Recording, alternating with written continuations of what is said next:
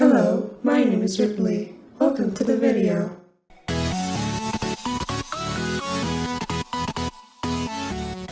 What is up, schmucks? I hope you're having a wonderful day. Before we get started, I would like to take a second to tell you about the G Words podcast. The G Words podcast is the podcast that I do with my team, the G Words. We come together every week to discuss whatever we want. It's an aimless fun time every week. Here, have a listen.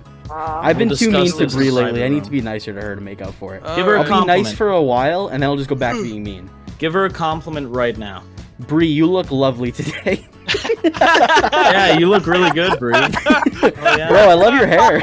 Oh, You do something different? that was something the different best. with your hair? That was so good. So if you're interested, you can check that out at any of the links below. Pick your poison. Also, if you end up liking this video, then you should give it a like. And if you didn't like this video, then you should leave a like anyway. Come on, be nice. And if you want to hear this stupid voice talk about movies and stuff, then you should subscribe to the channel, because that's all I do. Alright, enough plugging stuff. Let's talk about Black Panther.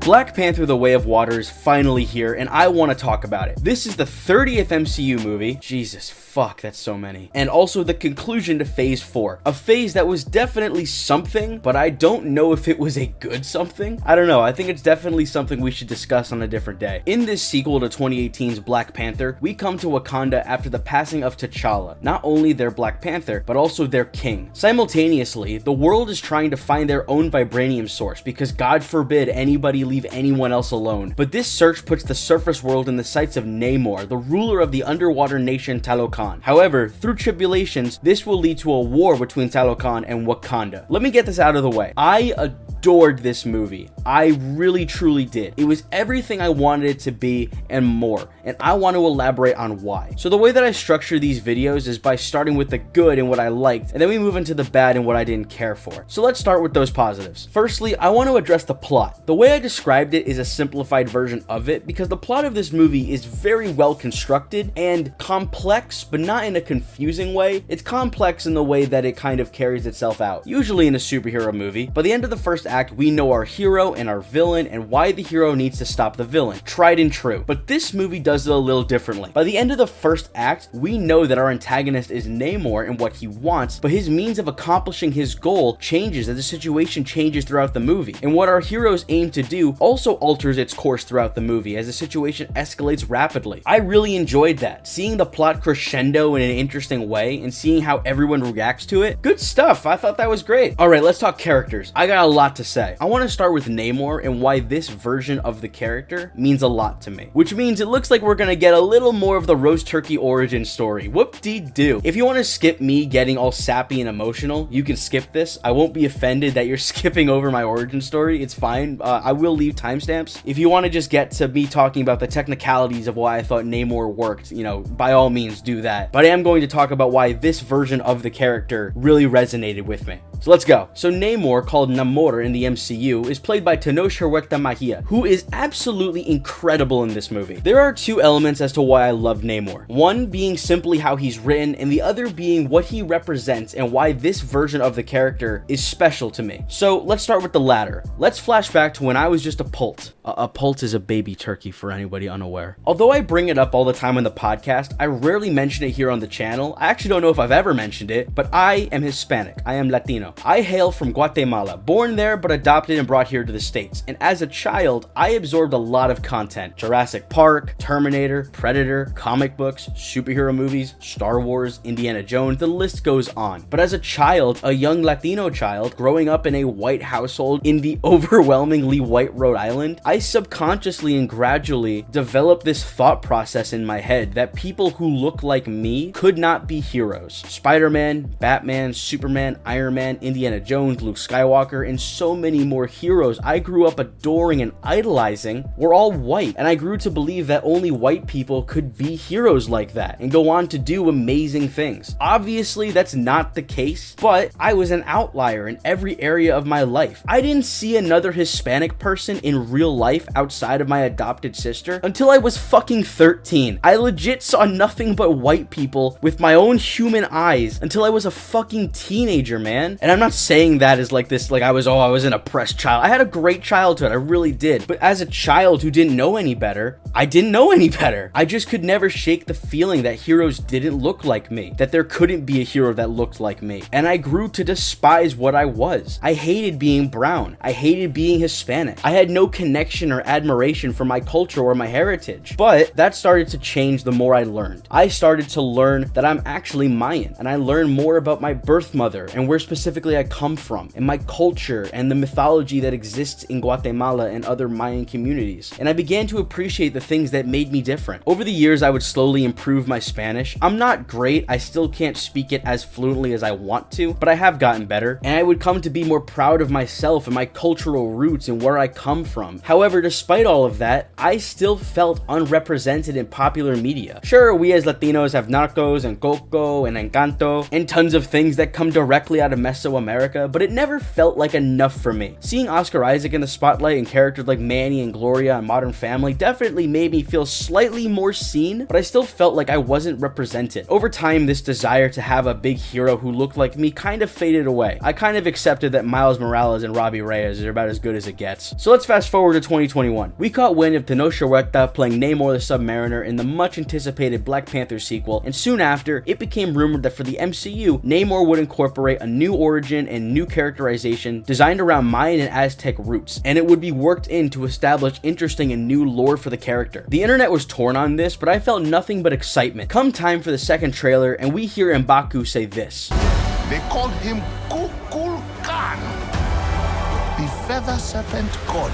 I damn near did a backflip. Kukulkan, the god from my culture, casually name dropped in a Marvel movie? Did I win? Not yet. Not yet. We still had to see the movie. And now that I have, I can confidently say I won. MCU Namor, pronounced Namor, is so much more to me than I think he should be. All my life, I have felt this feeling. Sometimes it's strong and overpowering, and sometimes it feels like it's not even there. This feeling of wanting to see a character who looks like me, who can represent me and all those who look like me. And I have a feeling that I'm not alone in that. So if you're watching this and you're Hispanic or you have a Hispanic background, I would absolutely love to hear what you have to say about MCU Namor. You know, like, did it mean anything to you? Maybe I am in the minority on this. Maybe nobody cares. But I also know that's not the case. I've seen the discussion between Latino people on Twitter. I know how we all feel about this. But I would love to hear what you have to say on this. Like, what does it mean to you to have Namor be a prominent Latino character in the MCU? I would love to hear other people's input on that. And yeah, I know we have Werewolf at Night or whatever it was called, and America Chavez. By the way, Xochitl Gomez liked my Instagram post, so I think her and I are best friends now. But I felt so much more connection to this character, and Tenoch himself felt very proud in that.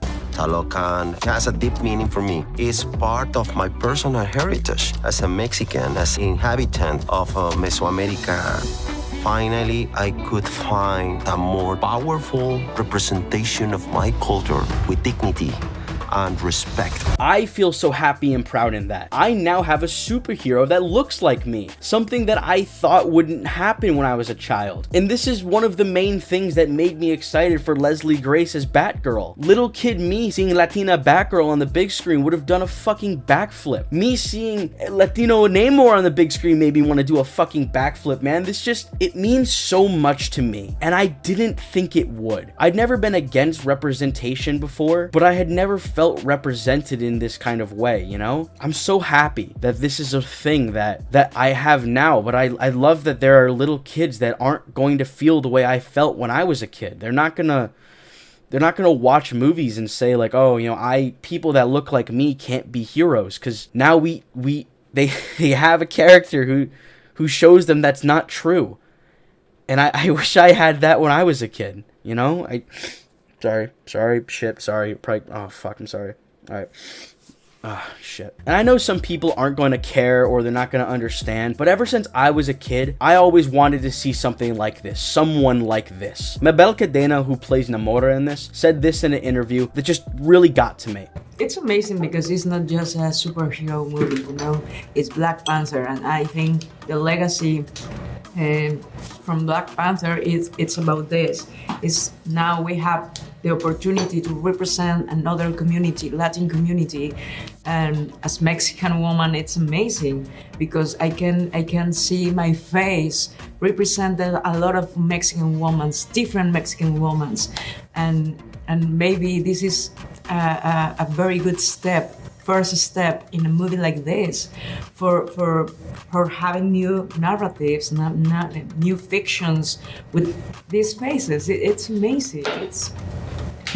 I don't know. I'm feel very proud and happy about the future. I had to take a minute and collect myself after hearing her say that. I know this is a really niche thing, but I have never experienced this before. This feeling, this pride, this empowerment from a movie, from an actor. And I just have so much respect and admiration and gratitude for Ryan Coogler for making this movie, but also for Tenoch Huerta for bringing this character to life. Alright, enough sappy stuff. Why is Namor a good antagonist? Well, the way he's characterized and written is definitely a big part of it. Namor is incredibly compelling in what he wants and why he wants it. He wants to protect his people and ensure the survival of Talokan. So when people start dicking around in the ocean and getting a little too close, it sets him off. He's not here to take chances, and he isn't messing around. So at the slightest provocation, he decides the surface world has had it too good for too long, and he decides to lash out. Namor is also insanely charismatic and charming, but also very intimidating and quite terrifying at times. He's also very sweet and compassionate towards his people, but pretty heartless and brutal towards anyone he deems a threat. Also, quick note on the ankle wings. I liked them. I thought they were cool. The movie never plays it for a joke. No one's ever like, oh, look at those things on his feet. Everyone's like, holy fuck, this guy's a tank. I went and saw this movie with my parents. My dad thought the winged feet were a little goofy. I didn't, so I don't know. Maybe general audiences aren't going to vibe with it. But for me, someone who's like really seeped into this like nonsense comic book movie culture, I thought it was cool. I liked it. Overall, Namor is a phenomenal antagonist. We as an audience completely get where he's coming from, and we see why he wants to do what he wants to do, but we also see that maybe he's taking it a step too far. It makes him an absolute joy to watch on screen, and Tenoch Huerta's performance is absolutely amazing. I also liked all the supporting characters in this movie. M'Baku is still my favorite supporting character. He's awesome, and I really like Nakia this time around. I thought Nakia was pretty one note and bland in the first Black Panther, but I quite enjoyed her in this one. A lot of people are praising Angela Bassett as Queen Ramonda, and for good reason. She is very good in this. Her performance is so raw and powerful, and I thought she fucking killed it in this movie. But the main thing that I liked about Ramonda is how she's written and the choices that she's making in this movie. Throughout the movie, Ramonda is constantly making brash and sometimes unwise decisions, but I liked that because each time that she does this, she isn't thinking with logic or reason. She's thinking with her heart, and her heart is broken and hurting. She's lost her husband, her son. She has the eyes of the world on her, and every world leader is up her ass about Wakanda's role in the world. She has a lot going on, so when it comes time for her to make decisions, she constantly makes the wrong ones, and I like that. It made her feel human. It made her feel real. She's dealing with intense grief and isn't given a moment to breathe, so it makes sense she'd act without thinking everything through. Plus, the movie never tells you that. Like, no character is ever like, hey, Ramonda's really stressed, which is why she did X, Y, and Z. No one ever says that. It's just heavily implied, which I liked. I liked that nuance in character writing without the movie holding your hand with it. The last character I want to focus on is Shuri, our protagonist. Letitia Wright, regardless of your opinion on her, is amazing in this. I think she's amazing in the first Black Panther. If my in-depth review of the first one had been finished by the time this one came out, you would have seen my praise for her, but I think she's great in that first movie, and she's great in this one too. Shuri feels like a different character in this movie than she did in the first one. She's still very much the same person, but more grown up and mature after having dealt with some serious shit. In this movie, Shuri is trying so desperately to cling to the past and manage her emotions, while the world tells her to move on and fulfill other duties. Basically, the world tells her to grow up, but she can't. She can't move on. And I think that characterization and how it grows and develops and escalates and changes is very good. And Letitia Wright handles it very well. She's truly excellent in this. I also think this movie does The Last of Us 2 and No Way Home better than The Last of Us 2 and No Way Home. The concept of a protagonist filled with unrelenting rage and an unyielding thirst for vengeance, and how that is resolved and handled. I just think this movie did it incredibly well. I like The Last of Us 2 a lot, and I kind of like No Way Home, but neither of those did this concept anywhere near as good as Wakanda Forever. But yeah, Shuri is excellently characterized in this, and Letitia Wright's performance is phenomenal. Moving on from characters, I really enjoyed the tone of this movie. This is a sad movie, and it has its moments of levity and fun, but on the whole, this is a sad movie. It's a big sulk. They shouldn't have called this movie The Way of Water. They should have called it Black Panther Does a Big Sulk. The movie opens on a a really emotional scene, and it ends on a really emotional scene. The whole movie is built around the idea of grief and overcoming it and the tribulations that come up during that journey. There are still jokes and gags in this movie, but it didn't feel like there were as many as there are in most MCU movies. And I've only seen it once and it's been a few days, but I don't think there was ever a moment where there's like a heavy emotional scene and then someone cracks a joke. Like that happens once in the first Black Panther and it really pissed me off.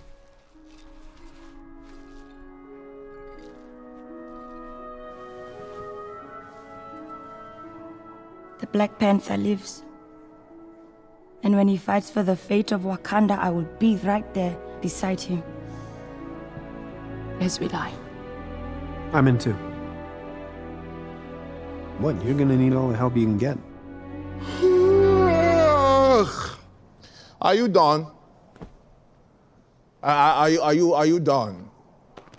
I've also seen a few people say that this was a boring movie, but I personally didn't find that to be the case. This is a movie that takes its time to build things up, and it's driven by dialogue and world building and character development, and I really enjoyed all of that. Like, I was never chomping at the bit for an action sequence or anything. I was enjoying the character interactions and the dialogue and what this movie had to say about certain topics. However, on that note, the action in this movie is very good. In particular, the final fight between Black Panther and Namor. It reminded me of the final fight in Spider-Man in terms of just a brutal beatdown. It's very good. We all clowned on the final fight in the first Black Panther, so Ryan Coogler decided to make an actual good one this time. But all the action is good. Not a lot of it, but when it happens, it's very good and I really enjoyed it. I really like the cinematography in this movie. The first Black Panther is one of the better looking MCU movies, and this one is a new addition to that pile. I also really like the score here by Ludwig Göransson. He always kills it. He's great. But I also love the original songs for this movie. Lift Me Up in the end credits hits insanely hard. It's like a punch to the heart. It's great. And I personally adore Con la Brisa, which plays during my personal favorite scene in the movie when we get to see Talokan. So let's briefly talk about Talokan. Talokan is the latest world to be introduced in the MCU, and I think they did a very good job showing us enough while also leaving plenty of room to further flesh it all out. We see it briefly, but in that brief time, we get a good taste for what life is like in this underwater city, and it's honestly beautiful. The scene that properly reveals Talokan was just so serene and gorgeous, and with the song, oh man, I had a tear in my eye and a big smile on my face. It was amazing. I also really like the subtle commentary and messages throughout the movie regarding culture and colonization and how it can affect people centuries down the road. It's not super prevalent or even what the movie is about, but I like that it was here, and I like that it was something that was touched on, even a little bit. However, all that said about what I liked, I did have a few issues with this movie. 2 issues to be precise. First of them being Everett Ross. I like Ross a lot, and I liked him a lot in the first Black Panther, but here, he overstays his welcome very fast. He serves an initial purpose, but after that, he didn't need to be in this movie. Every time he and his plotline reoccurred, I was just not remotely interested in the plotline or what he was doing. It didn't make any impact on the story. If he wasn't here, it wouldn't have made a difference. The other thing I didn't love was another person, that person being Ironheart. Riri Williams makes her big entrance to the MCU here, played very well by Dominique Thorne, but like Ross, there comes a point where she doesn't have to be in this movie anymore. Her initial role makes sense, and I think it was a really good way to introduce her to the MCU, but there comes a point where she just stops being important to the plot. Like, I don't think she ever detracted from the movie, but she also stops adding anything to it after a while. However, I did really love her interactions with Shuri. The two of them are very fun together. But yeah, I think that might be it. Black Panther: The Way of Water is very good, and I really thoroughly enjoyed it. When I reviewed Black Adam a few weeks ago, I said that I didn't care for it, partly because it was just a drop in a bucket for comic book movies, and it didn't do anything new or interesting for me. I also said that by this point in the genre, I want to see new things. I want to see movies that do more than just show me superpowered people doing big punches. And Black Panther: The Way of Water did that for me. It showed me nuanced characters, an emotional story, a new world, a new character I'm already in love with, and it honored an actor we lost too soon in a really impactful and emotional way. It is undoubtedly a top 10 MCU movie for me, and possibly my favorite thing in Phase 4. I'm not sure. I'll have to think about it. It's a movie about dealing with and overcoming grief while also acting as a great tribute to Chadwick Boseman. Letitia Wright and Angela Bassett play their terrifically written characters to perfection and help craft an incredibly impactful and heartfelt story. Tenoch Huerta plays a layered and interesting antagonist that really just checked all the boxes for me. The movie introduces a whole new world in a really beautiful way, and overall tells a story that I felt was incredible in itself, but also very enjoyable in the way it weaved and escalated. I loved this movie. It worked for me on all fronts. And on a personal level, this movie gave me something I always wanted in Namor and Talokan.